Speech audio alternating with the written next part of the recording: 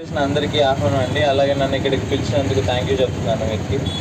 వివేకానంద స్వామి వారిది జీవన మనం బయోగ్రఫీ అన్నది చూసుకుంటే ఆయన చిన్నప్పటి నుంచి పెరిగిన వాతావరణం కానీ, ఆయన చదువుకున్న పుస్తకాలు కానీ, ఆయన మన దేశం గురించి చెప్పిన వేరు వేరు కంట్రీస్కి వెళ్ళి, చికాగోకి వెళ్ళి చెప్పిన మన మతం గురించి కానీ, హిందూయిజం అనే స్పిరిచువల్ థింగ్ గురించి, అట్ ద సేమ్ టైం మన దేశం గురించి గొప్పతనంగా చెప్పిన ఆయన గురించి మనం అందరూ తెలుసుకోవాలి.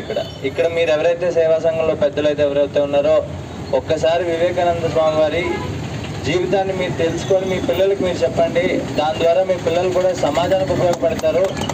సమాజం ద్వారా అందరికీ ఎంతో కొంత మేలు అనేది చేకూరుతుంది. ఒక మంచి సమాజాన్ని నిర్మించుకుంటేనే మనం భావి తరాలు అన్నవి అభివృద్ధి చెందితే మన దేశం కూడా అభివృద్ధి చెందుతుంది.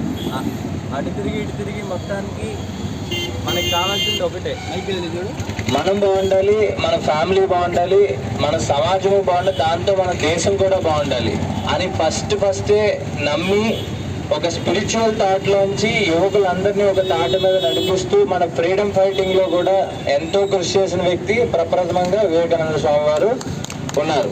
సో ఆయన స్ఫూర్తిని మనం తీసుకొని దాంతోపాటు ముందుకెళ్ళాలి. అలాగే ఈ సమాజంలో పిల్లలు ఎవరైతే ఉన్నారో ఇప్పుడంతా చెడు వ్యసనాలకు అలవాటు అయిపోతున్నారు. గ్యాంబ్లింగ్ అని, డ్రగ్స్ అని, పేకాట్ అని, మట్కా అని, అదొకటి ఈ మందు తాగడం, వీటికి అలవాటు అయిపోతున్నారు. ఇదంతా కూడా ఒక మంచి సమాజంలో మనం ఉండాలి అని అనుకుంటే స్వామివారు ఏం చెప్పారు, స్వామివారనే కాదు మనకి బుక్స్ ఏం చెప్తున్నాయి, ఏ మతం అన్నా కానీ ఏదన్నా కానీ ఒకటే.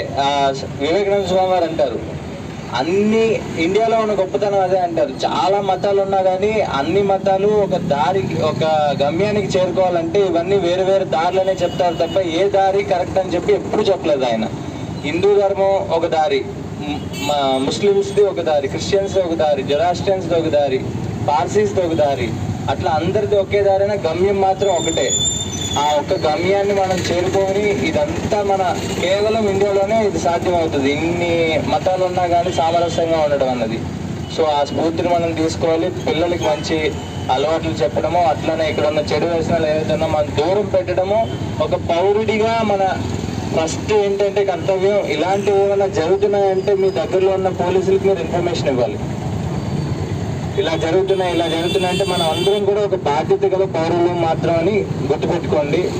అట్లనే మీరందరూ కూడా ఈ నవ సమాజ నిర్మాణంలో కృషి చేస్తారని ఆశిస్తాను. దాంట్లో మా పోలీసు వారి కాంట్రిబ్యూషన్ కూడా ఉంటుంది, మీ కాంట్రిబ్యూషన్ కూడా ఉంటుందని ఆశిస్తున్నాను. అలాగే ఇంకొకసారి నన్ను ఇక్కడికి పిలిచినందుకు, ఈ ఈవెంట్కి పిలిచినందుకు థ్యాంక్ యూ.